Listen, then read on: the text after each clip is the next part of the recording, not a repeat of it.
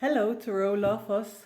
Welcome to Grand Tarot Readings. Happy that you're here for another episode of Fun and Tarot. let's say that. So today I have something that has been in my tarot cupboard for quite some time now, and today I really feel like opening it because I actually can't hold in the anticipation any longer. Um, Without further ado, it's the Smith-Waite Centennial Tarot deck.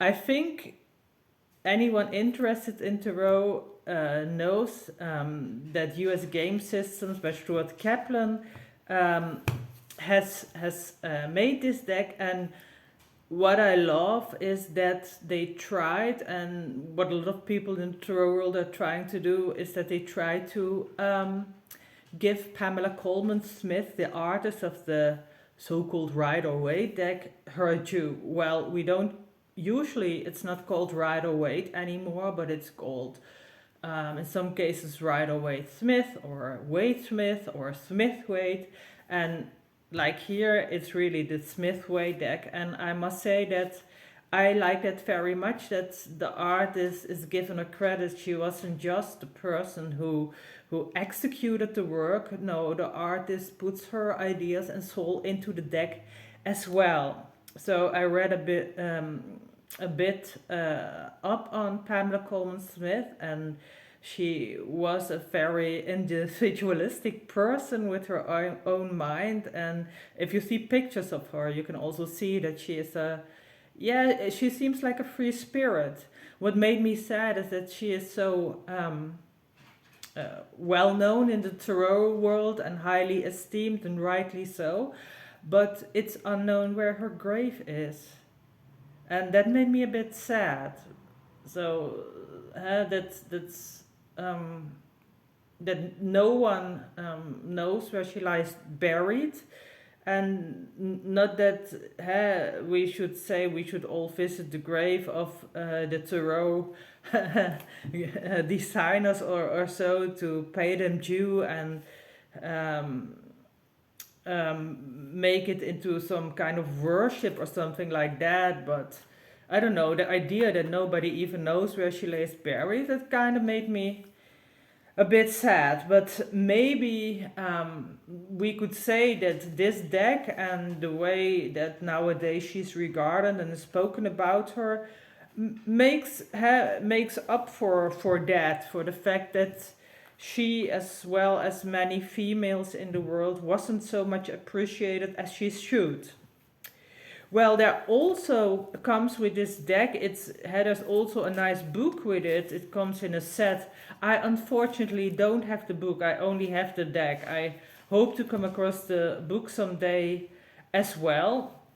But, well, I have so many beautiful tarot things and books and decks that I really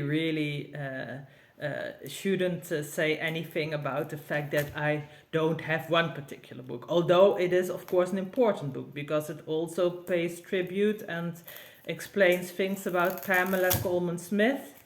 And okay, this is a good seal.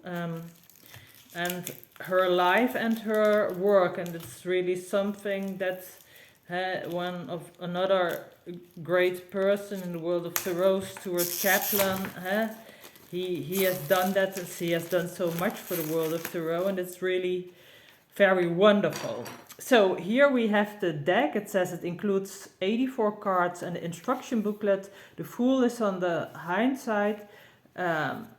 Yeah, it's a nice quality box. I usually think that US Game Systems has nice quality of materials. This is always a very nice quality. Also the cards, yeah, nice thickness.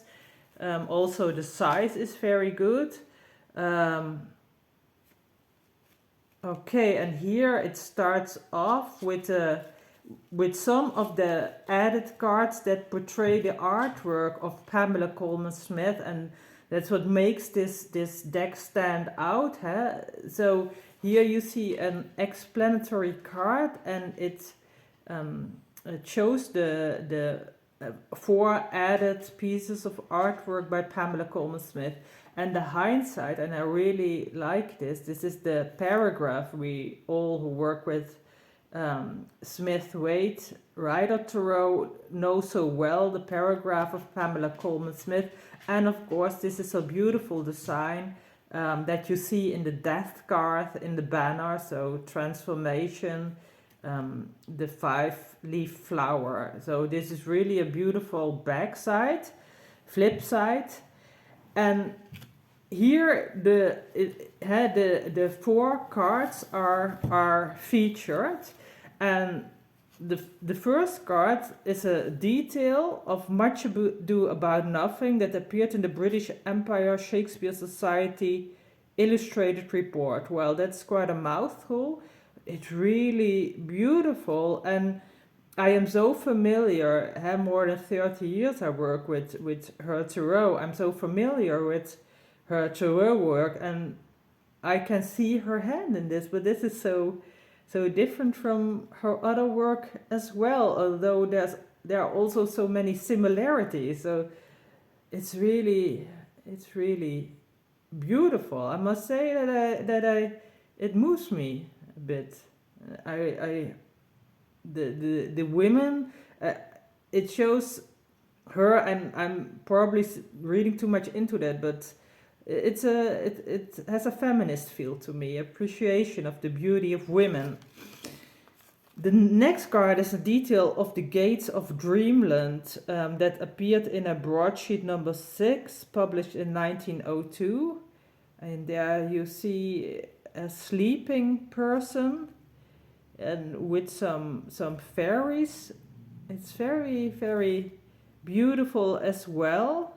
With water, also very much as we know and appreciate her tarot work. And this is a woman with a youngster, and it says detail of sheet music illustration for Christmas Carol by Edwin Moore, printed in 1898. And it works so, yeah, in a sense, so fresh. So it is, of course, these themes are classic. But the way she makes it, it has a fairy tale like imagery, like Rie Kramer. I don't know if you know her. It's a Dutch artist. I don't know. It's very soothing to me often. And here we have the last card, and that's Once in a Dream from the Green Sheaf, number 2, printed in 1903. So that's also a very interesting card with the hearts and the building in the hindsight, and building and mountains. That's what we also are very familiar with in her tarot deck, and this really also reminds me of that. And here we have the actual tarot deck, and I must say that for some reason I don't like the colors that much. I don't know if they're more original, maybe they are, but they seem less bright, they seem a bit dull. Maybe it's getting used to that, I don't know. So I won't flip through the I say Rider-Waite, of course, the Smith-Waite deck, because you all, of course, know that. Or maybe not, but that's then another segment, and I will look what is at the back here, and then we have another card. So Smith-Waite Tarot, and then illustrated by Pamela Colman Smith. So that's also to pay her due. That's very nice. And then here we have a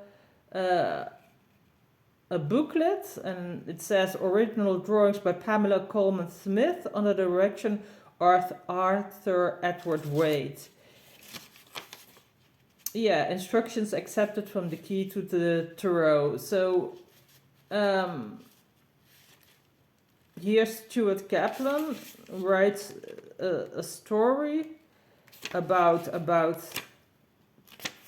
Pamela, and how it's interesting for collectors. Well, I'm getting quite of a collector myself, so it is very interesting, and I feel very good that I have it. And here it's some biography about her life, and then it's the divinatory meanings, and it's actually, yeah, I don't think that's so interesting here, because I think most people who would buy this deck probably know also the art of tarot divination, know a deal about this tarot deck. So it would have been more interesting to see the to see more info on the artist. Anyway, I have to stop here. I see that time is already overdue. So a good idea would it be for me to buy the book because I really would love to know about her more. And I will to thank you for your attention and see you next time. Bye bye.